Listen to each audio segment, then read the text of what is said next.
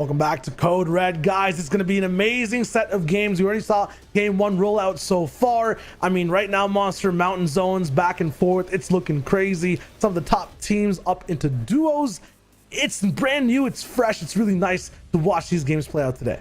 Yeah, and the players been hungry, right? I think the community's been hungry for some big cash money, up for some different types of game modes and whatnot. So duos competition is definitely one that it's my favorite. I was talking about it. I was pumping it up all again throughout the entire series of the Anarchy that we've been casting over. I love duos, man. I love duos competition. That last game, we got I'd say a taste of the Fortnite medicine, right? Like end game on the mountains, not much you can do if high ground's got it. They almost get to walk away with the free dubski at that point. These next couple ones though, I can't imagine. It'd be the terrain determining who's gonna win.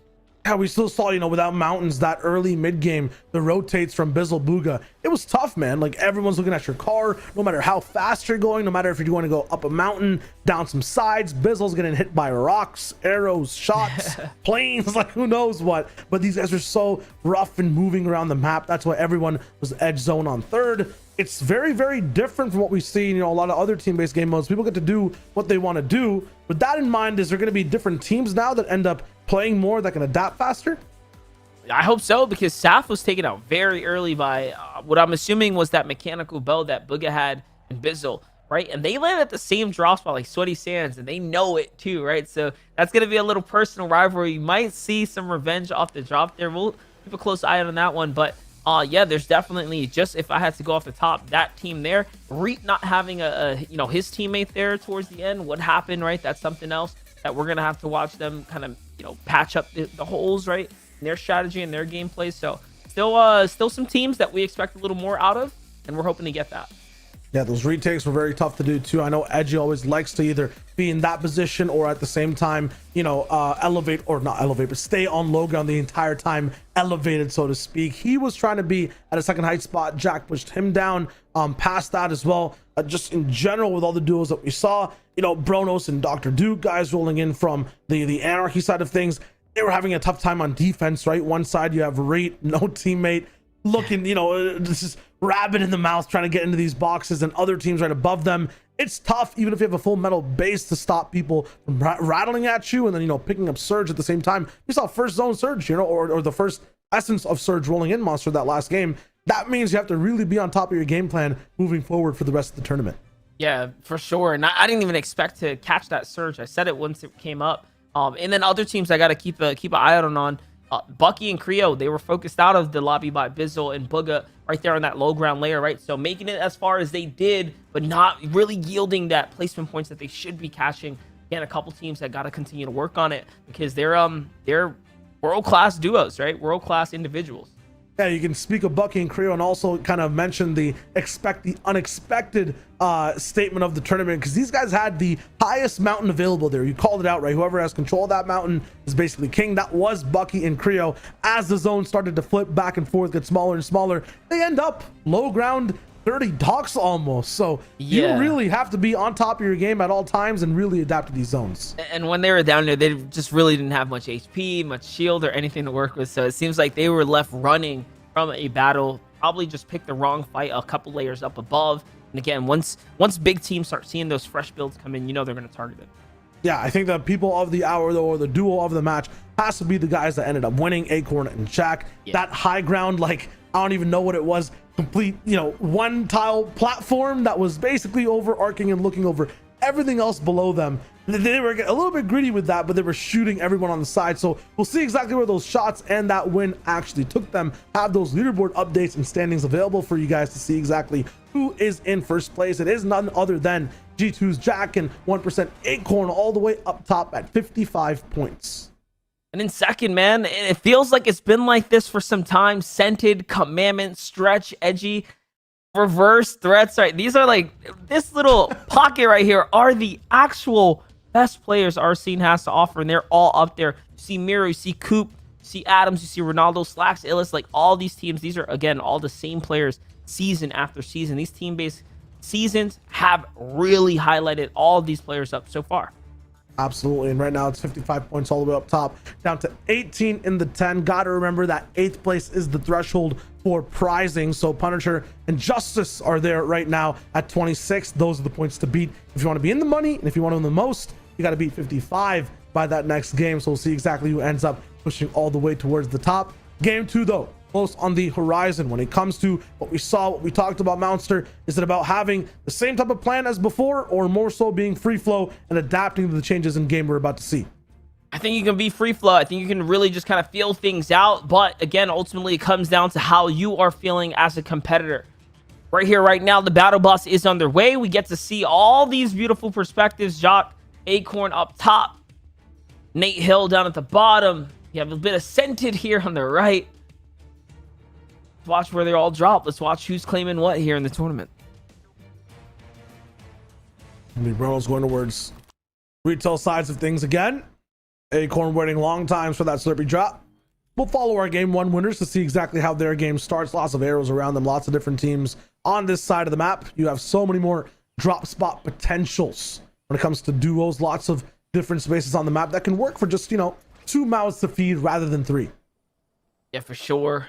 For sure. A lot more options become available as you start to break down how many players you do have to divvy out your resources to here. Though Slippery Swamp seems like Acorn and Jack have managed to bounce everyone off, but Acorn, even champions make mistakes. He just misses the lip of the big build there, and it forced him to fall. I didn't expect that one here. It's a message that these guys can get knocked and big chill at the same time. Not sure if that, knocking yourself out storm surge damage thing still exists in the game. Maybe no he's way. going No for way. old Tex, man. Who knows? There was a time though when that was a strategy. I do remember back in the Gotham City days, we got to watch that all unfold. Here and now though, I can't imagine that being an option. Season X is way back in the past, but yeah. Little Guardian Spire. What do you think of these new additions to the map, Monster? You rate them? I like them. I rate them Nice. 10 because of the fact that they provide mobility, right? They provide an option, and more importantly, they just fill out the spacing, right? They just fill out the space, man. Fortnite's got such a huge map. It's tough, man. Getting enough loot everywhere. Even now, pros can argue that there's just not enough loot sometimes, right? So we like it when we add more. Absolutely. Also gives these guys a chance to find some mats in safe places. Lots of brick potential here that wasn't really here before previous seasons. But there's a whole spot that Bronos would not have to loot if it was a season ago. At the same time, Navy Photon, these guys might not be able to loot at all if Maddie's knocking on your door. Big fights on the south side of the map. Maddie's ready here. Teammates ready as well. The side angle, the wall control, and again, the strong angles here do allow them to come out virtually unpunished as Photon gets taken out first. Maddie now goes through the piece control, throws the Conan. Who's gonna lead though? Oh no, gets punished first. Has to be careful. This is still a losable situation for anyone right here, right now. These walls are his. Navy does manage to back out. He backs way out. There's another team coming. They're rolling in fast. I think Maddie hears them now. It's Voyle and Gabe. Okay, so now real competitors are here to play. AI also on Navy's back, but he should be able to just crouch right past that. Now it's going to be really tough, but might give a chance for Navy to escape. Yeah, Okay. no. Never mind. And unfortunately, it does go to Gabe there. They will be able to pick that up. Voyle and Gabe managed to get that free elimination here and secure the loot. That's unfortunate too, because Maddie could have absolutely used the free siphon off of that, and of course the mass that it generates. They just made a big mistake. They made noise. Voyo and Gabe, I think they didn't realize if there was a player here or not, and now they know. Oh, big shots here too. Gabe's a phenomenal player. That's elite, one of Elite's recent pickups here. He's really raining down the shots right now, chasing Spice all the way through the bathrooms, making sure that floor is squeaky clean to kind of just slide over, and Spice gets mopped up, straight put down in the bucket. It'll be Voil and Gabe's combination of pressure and damage that ends up netting on that elimination. Too nice with it. That's what we're talking about. 5 eliminations. The game has barely gotten started. But for them, they're long ahead and gone of the competition. They're off to the races here. Talked about teams that needed to catch up to, what was it, first place at 55 points. They're on pace. That's a 10-point swing there. 2 elims. Or 2 points per elim. Does manage to add up. When you have 5, that's a 10-point swing for them. Massive. Huge place. Strat right now? Are they trying to do the small fry strat? Hold up. Is this the small fry heel strat? Do you see what's going on? I guess it has to be. I mean, hey, they might be adapting over. No, they are doing it. They're going to go for the campfire strategy. I cannot believe this. They're going to go for the campfire strategy. I'm sure. What is it? Minimum, like... You need a lot of heals, and then I think you roll up to Weeping or any of the orchards that have consumable heals. Basically, it just depends where the zone ends. You get the best spot. So this is a strategy, ladies and gentlemen. I don't know how viable, but maybe very viable considering when you look at the roster of players like Archer, Bonix, right? Like, you know, maybe it's their best shot. It's a placement tournament too, right? So I mean, honestly, yeah, that's the one thing I'm thinking about. Not even the minimum that you need to be able to do this or what the strat is. What type of placement are these guys gonna get if they go for the strat every game? Like minimum 20th place each game, just healing out the storm?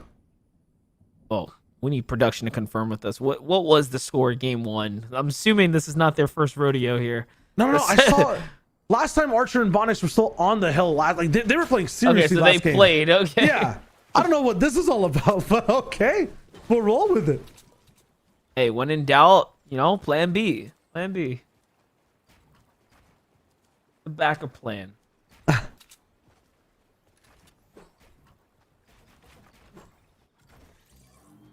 Everyone else has to move out as well. This is kind of the perspective of Mikey and Okus. Had one of the best bases. Honestly, I feel like had the chance to win the game overall. But I guess zone wasn't on their side. It's going to be really interesting to watch exactly how they move around in mid-game. Meanwhile, though, they'll have to battle the likes of Scented and Commandment, many other people as well as they move around this map. Yeah, got to be careful. Sensitive Commandment up towards the top. You saw Commandment make it to that end game there and pop off in the process, picking up those points that he did. Off in the distance, enemies are nearby. We've already seen Surge become be a thing once. There's Gonzo. Nate Hill in the car, already on the move. 8 peppers in Sense's inventory. So fire. This pepper strap, man. We've seen every single region, one team utilize them. Yeah, these are some insane drive-bys. They end up winning games. I understand why these guys came second. You just have the only mobility that's available on the map, and you just move so fast. Especially if you're quick, too, at reading the zone, making the move. As these guys are. You see the picture-in-picture for a second there. Gave us the spectator's drone shot of what's going on with Archer and Bonix. Just playing the water front right now. Yeah, they're riding the outer edge, taking their time. Sea creatures, man. They're sea creatures. Yeah, I don't really know, like, how far along you have to go in order to make the heal viable. Like, yeah, like, you gotta make it far now, though. Right? No, you cannot start now. You have to make it very far, unless they vibe out in the swamps. Like, technically, they can get into the swamps, you know, survive 2 zones worth. Because of the heal back that you catch from the waterfall there. But yeah, moving beyond that, I'm not sure how far you get, or like when do you have to like really start to activate with the heals. I think about it this way too, right? What if you actually end up getting all like you know, full small fries and then just end up playing the game normally with like 1 gun? How about no? Yeah, I don't know. I'm not sure how it's gonna work out. I'm thinking they're alive, though. I'm thinking they're going to come into the zone, like I said, play for those heals there, buy some time, get as much fishing done as possible along the way, and then just hunker down, like create a base somewhere on the side.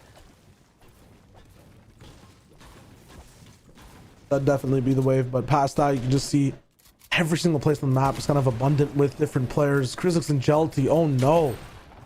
These guys aren't fishing for fish in the storm. They're going to be... So we're doing a big fight right now, and Krizzix is clutching up massively for the team. 2 huge pumps, and now he's in the lead. Let's see now.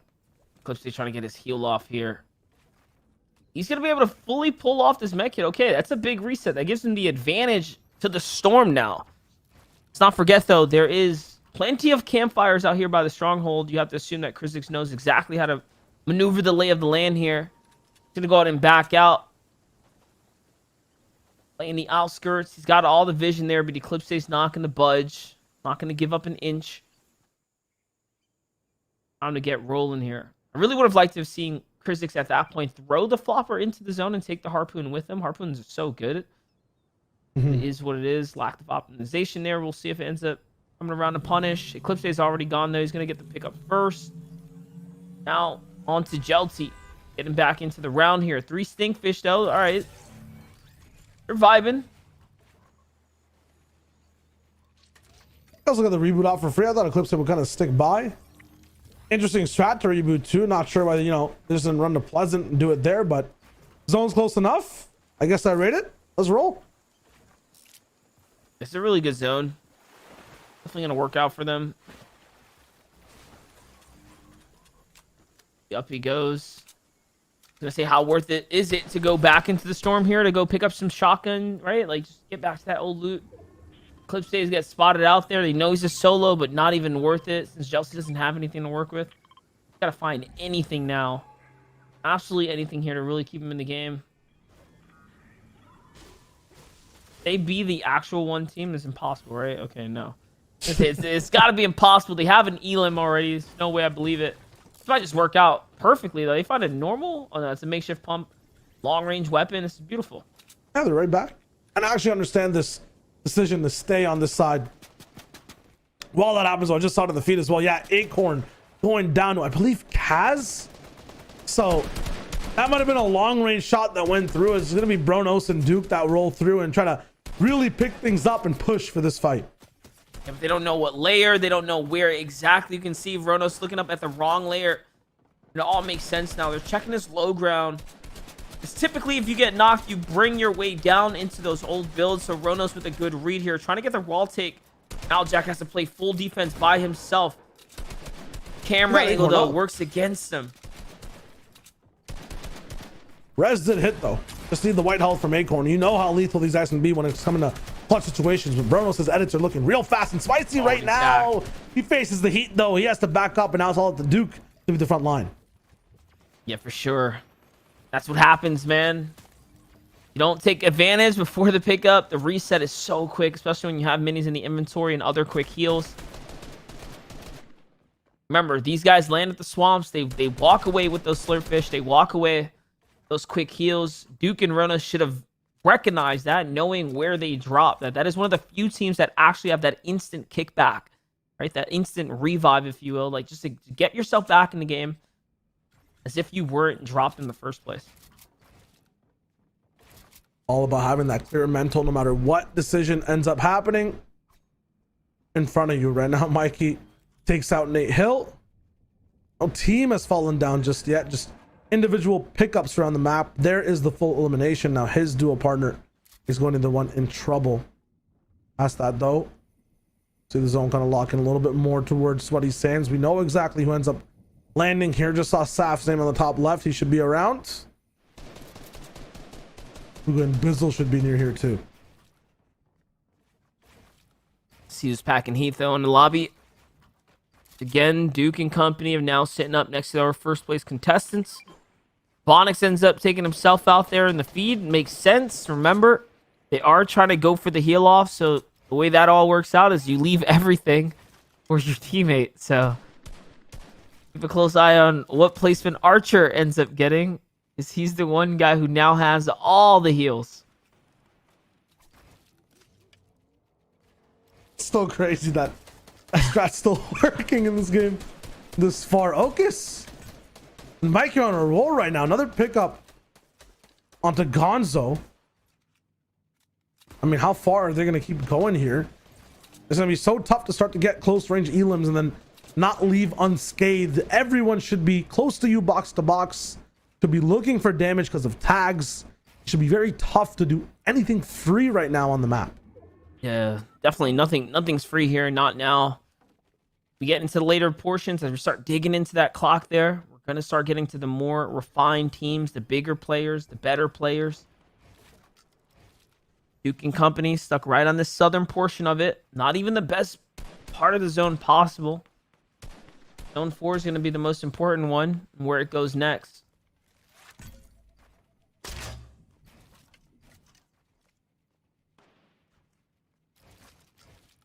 So looking for snipes, not going to land just far. Or this far so far. Arab and Sticks all the way up top on the hotel. They're not going to just be here for a little weekend. They're not just renting. They're looking to stay the entire time. And they'll have Clicks and Day on one side of things on the pier. Macwood in the distance as well. Threats in reverse will be the closest duo to them so far. This is a very, very good position. Yeah, but it's temporary, man. We already know that if the zone doesn't come this way, they're gonna have to come on down. They've already expended so much into this.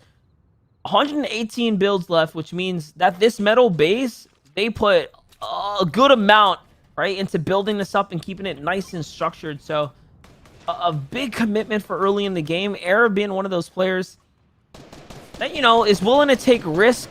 They were one of the first teams to also fall in the last game after game number 1. So coming into game 2, we'll see what it is that they can start to pull together and whether or not this investment was worth it. And it does end up being worth it.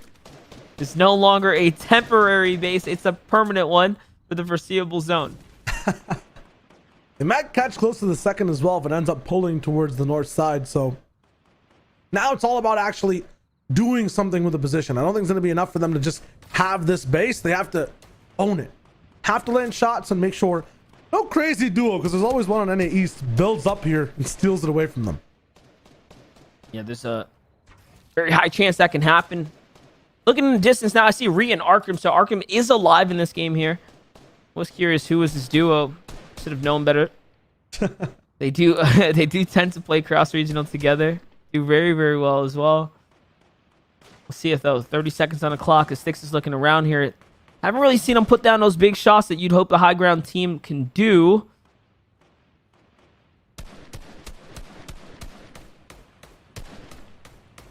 This is where every shot matters. You can literally stop people from playing the game entirely by landing, what, 2 headshots?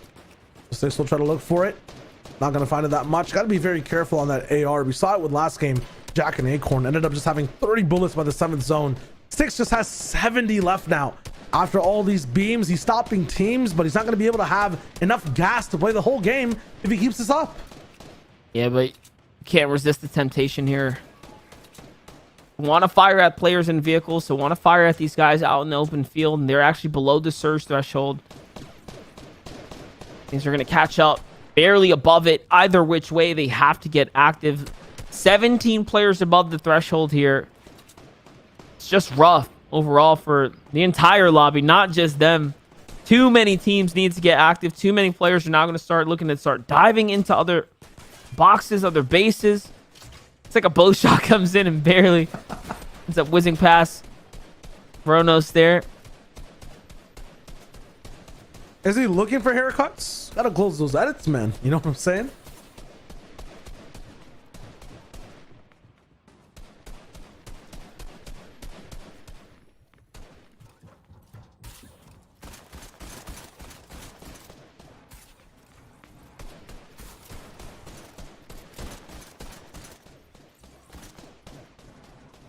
It's tough for this is kind of the perspective of like a mid-ground team. And does it look like they're in zone right now? Basically, yeah, is what I see. Hotel team will have to push the whole way through. Now everyone on all sides have to go all the way back down. You'll see it here. You can see they're just shooting in unison right now, trying to get this play to fall on down. Can they get the catch here? It's Lazar and Zypha, but no. With all the shots going in, Mikey sneaks into the box. He ends up catching the headshot of his life here, and then the follow-up as well onto Duke. And it almost looks like a free elims at that point. That's going to be their 5th elimination here in the game. GG's. Big 5. That's 10 total points at that moment as well. So awesome. Joji moving through the streets. Everyone's going to have to just basically drift around every corner to get to this zone. There's so many teams already here right now. Plasma going down to Cease and Tragics, a team that could not make it past that 6th zone last game. Let's see if they can break the curse right here.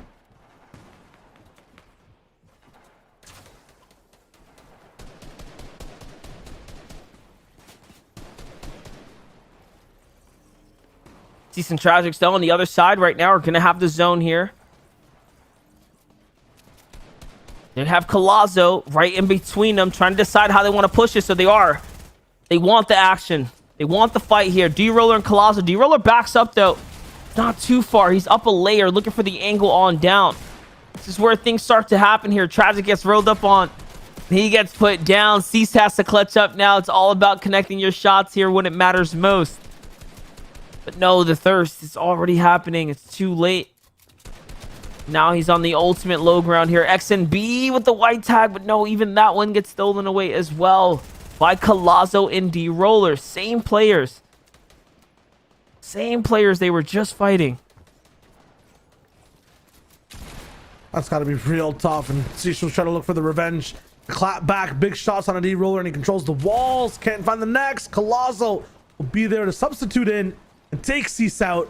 They're on max move though, so even if they have the elim points for the team, D-Roller is now hurt bad, and they have the entire zone to move past. Commandment and Scented have some extra loot to work with off a few elims as well. There's Colazzo and D-Roller, the perspective of them moving through on defense. D-Roller cannot afford to take this much damage.